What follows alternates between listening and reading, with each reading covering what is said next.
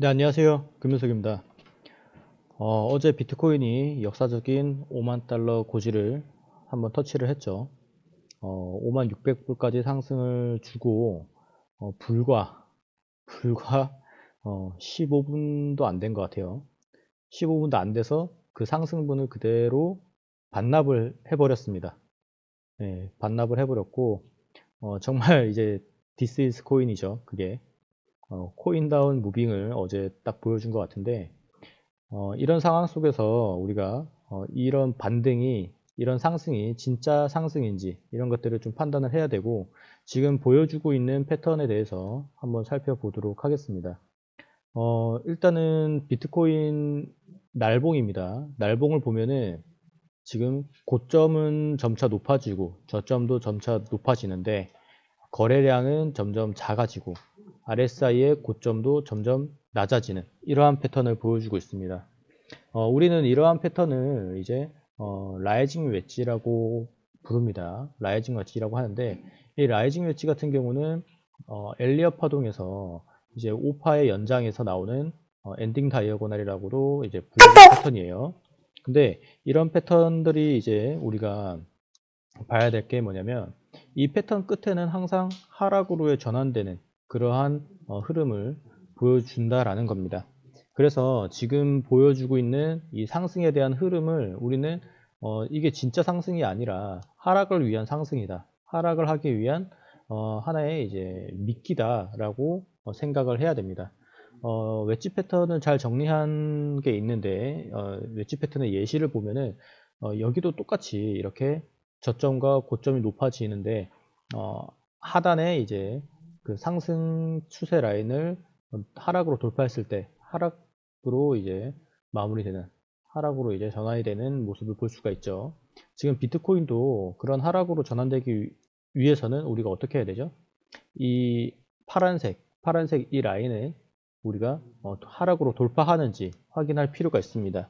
그리고 이제 우리가 이제 이걸 하락을 한다고 했을 때 그 지지 라인을 우리가 확인을 할 수가 있는데, 사실은 이제 이 라이징 웨지가 완성이 되면은 이 지지 라인 자체가 의미가 없어질 수도 있어요. 뭐 단기적인 반등은 올 수 있지만 장기적으로 큰 조정을 이제 의미를 할 수가 있기 때문에, 어, 여기에서 단기적인 그 반등만 먹고 이제 나온다는 생각으로, 그렇게 우리가 대응을 해야겠죠.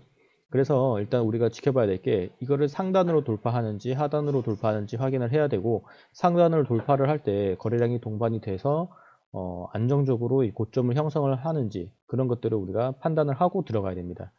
마치 이제 이렇게 지지를 받는 걸 보고 들어가는 것이죠.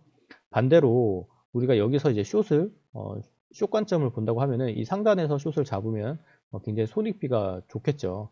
손익비가 좋은데, 자, 여기서도 이제 우리가 많이 못 잡았다. 그러면은 이거를 이제 하단으로 돌파할 때, 그때 우리가 추가로 숏을 들어갈 수도 있는 겁니다.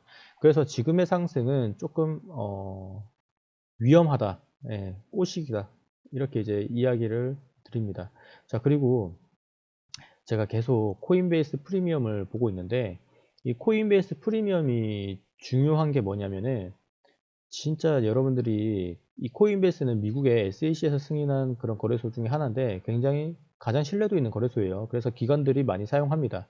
달러로 거래를 할 수가 있고, 기관들이 정식적으로 비트코인을 구매할 수 있는 거예요. 그래서 진짜 상승이라고 하면은 기관들이 보통 비트코인을 구매를 하잖아요. 비트코인을. 근데 이 비트코인을 구매를 할 때 기관들이 코인베이스에서 구매를 하면은 당연히 프리미엄이라는 게 올라갑니다. 코인베이스에서 매수가 엄청나게 이루어지니까 코인베이스가 다른 거래소들보다 가격이 더 비싸지는 거예요. 그래서 이게 플러스가 돼야 되는데, 그러면은 어제 5만 달러를 돌파할 당시에 코인베이스 프리미엄은 어땠느냐? 오히려 마이너스를 찍었습니다. 마이너스를. 그러면 코인베이스에서 매도 물량이 막 나왔다, 이런 게 아니라 코인베이스는 그냥 가만히 있는 거예요. 가만히. 음. 그래서 이제 다른 세력들이 바이낸스나 OKEX, 후오비 등을 통해서 가격을 막 끌어올리는 그런 행위를 했다라는 건데, 실제로 돈이 가장 많은 세력들이 이용하는 코인베이스에선 오히려 마이너스 프리미엄이 떴다. 이런 것들을 우리가 좀 생각을 해 볼 필요가 있습니다. 그래서 항상 의심을 해 봐야겠죠. 그래서 이 상승의 흐름을 우리가 이걸 보고 이거 상승장이다 라고 해서 섣불리 매수를 들어가기에는 조금 위험한 자리가 아닌가 싶습니다. 물론 이렇게 이제 매수를 들어가려면 약 한 48,400 라인 이 부분을 손절 라인으로 잡고 도전해 볼 라인이기는 합니다. 하지만 저 같은 경우는 지금 하락 쪽으로 무게를 두고 있기 때문에 조금 더 지켜봐야 된다 이렇게 이야기를 하고 있어요. 그리고 이제 4시간 봉으로 보면 우리가 다음 이제 고점이라든가 이런 것들을 알 수가 있는데, 여기에서 이제 이 추세선을 딱 그어 보면은 정확하게 이 추세선을 맞고 지금 저항을 받고 내려가는 모습을 보여주고 있습니다. 그래서 지금은 대응하기가 조금 어려우신 분들은 관망하는 것도 굉장히 현명하다라고 저는 생각을 하고 있습니다. 자, 그리고 이제 이더리움 같은 경우도 보면 이더리움도 지금 이 커다란 상승 채널 안에서 움직이고 있다라고 생각하고 있습니다. 지금 저는. 그래서 이 상승 채널 안에서 움직이고 있는데, 이 상승 채널 바닥을 지금 터치를 해주고 반등을 할 때 이 반등을 채널의 중단부를 넘지 못했습니다.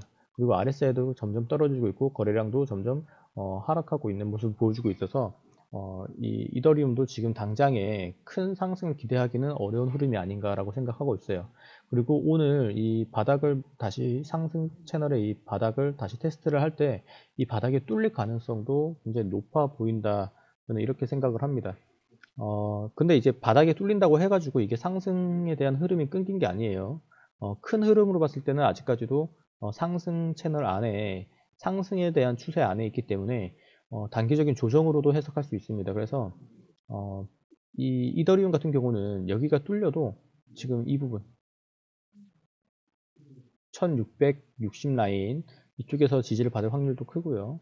그리고 여기에 있는 매물대 한 1600 라인, 그 다음에 1490 라인, 이 정도 라인에서도 지지를 받을 확률이 굉장히 큽니다. 그래서 이더리움 같은 경우도 한 번에 나오는 이런 급락보다는 실제로는 계단식 하락을 보여줄 수 있다 이렇게 생각을 하시면 되고, 만약에 여기에서 우리가 지지받는 모습을 보여준다 라고 했을 때 그때는 우리가 매수를 받아볼 만 하겠죠. 당연히 손절 라인은 이 라인을 하락 돌파했을 때 하면 되겠고요. 네, 그래서 요즘에는 이제 매매에 대한 기준이 좀 더 확실하게 나오는 그런 시장의 장세다라고 판단을 하시면 되겠습니다. 자, 그리고 이제 도미넌스 한번 볼게요. 이 도미넌스가 지금 비트 도미넌스가 계속 올라가고 있죠. 비트 도미넌스가 계속 올라가고 있는데, 한 가지 제가 조금 걱정스러운 게 뭐냐면 지금 RSI가 이제 50선에 딱 맞닥뜨려졌다라는 거예요. 50선이 한번 뚫리면요, 이렇게 뭐 바로 이렇게 상승하는 경우도 있지만 한번 저항을 받고 이렇게 올라가는 경우가 있어요. 근데 여기에서 한번 저항을 받고 조정을 주고 이렇게 올라가는 거라서 뚫을 가능성도 높지만 다시 한번 이렇게 하락을 줄 수 있는 그런 흐름도 보이고 있다. 저는 이렇게 생각을 하고 있습니다. 그리고 특히 이 매물대, 이 박스의 상단 매물대랑 이제 가까워지고 있어요. 여기까지 갔다가 다시 떨어지게 되면은 비트 같은 경우는 한 5만 1000에서 한 5만 2천 사이까지 상승을 할 수도 있다라고 생각을 합니다.